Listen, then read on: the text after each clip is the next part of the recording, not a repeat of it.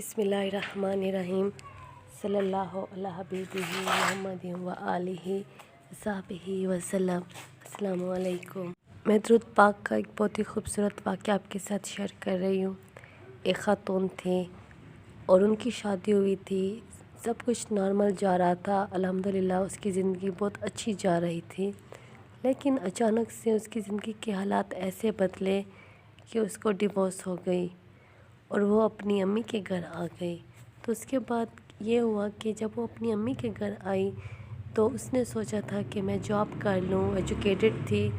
کہ میں جاب کر لوں اور پھر میں جاب کر کے تھوڑا بہت پیسے گھر والوں کو بھی دے دوں گی اضافی خرچ وغیرہ میں۔ تو اس نے جاب کر لی اور پھر جاب اس نے سٹارٹ کی تو کافی اچھی پے تھی، تو اس نے سوچا کہ بس میں اپنے لیے الگ سے ٹرانسپورٹ کا انتظام نہیں کرتی، اگر الگ سے ٹرانسپورٹ کا انتظام کیا تو کافی بہت پیسے لگ جائیں گے، جو گاڑیاں آتی جاتی ہے انہی پہ آؤں گی یا جاؤں گی۔ تو پھر اسی خیال سے وہ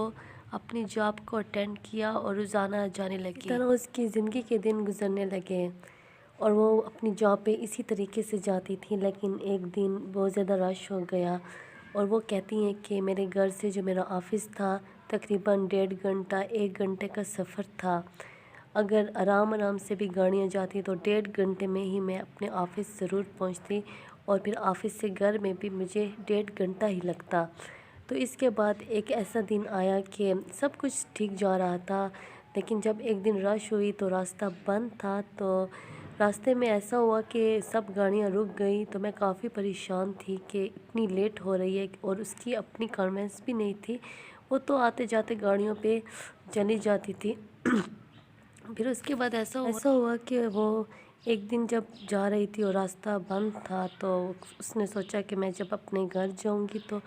اندھیرا ہو جائے گا، تو پھر وہ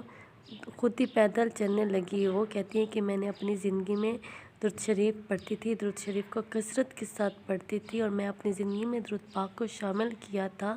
تو میں پھر جانے لگی۔ بس میں نے کہا کہ اللہ پاک پہ توکل کر کے میں پیدل جاتی ہوں اپنے گھر۔ بس میں بھاگتی دوڑتی راستے پہ گئی، راستے میں اندھیرا چھا گیا اور اتنا زیادہ اندھیرا تھا اور مجھے ڈر بھی لگ رہا تھا کہ کچھ ہو نہ جائے۔ اللہ کا نام لے کر درود شریف کو کثرت کے ساتھ پڑھ کر میں اپنے گھر کے راستے پر جا رہی تھی، لیکن دل میں سکون تھا، اعتماد تھا اللہ تعالیٰ پہ کہ میں بالکل صحیح سلامت اپنے گھر چلی جاؤں گی۔ درود شریف میں ایسی بات چھپی ہے کہ دل کو سکون ہوتا تھا، چاہے کچھ بھی مشکل وقت آتا تو دل کو سکون ہوتا کہ میں درود شریف پڑھ رہی ہوں، انشاءاللہ اللہ تعالیٰ کی مدد میرے ساتھ ہوگی۔ تو پھر ایسا ہوا کہ 3 گھنٹے لگے مجھے راستے پار کرتے ہوئے اپنے گھر کے، اور جب میں اپنے گھر پہنچی تو پورے 3 گھنٹے مجھے راستے میں لگ گئے تھے،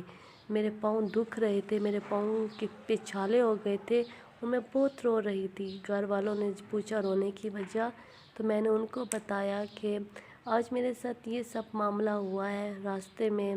بہت زیادہ رش تھی اور میں خود پیدل آئی ہوں، مجھے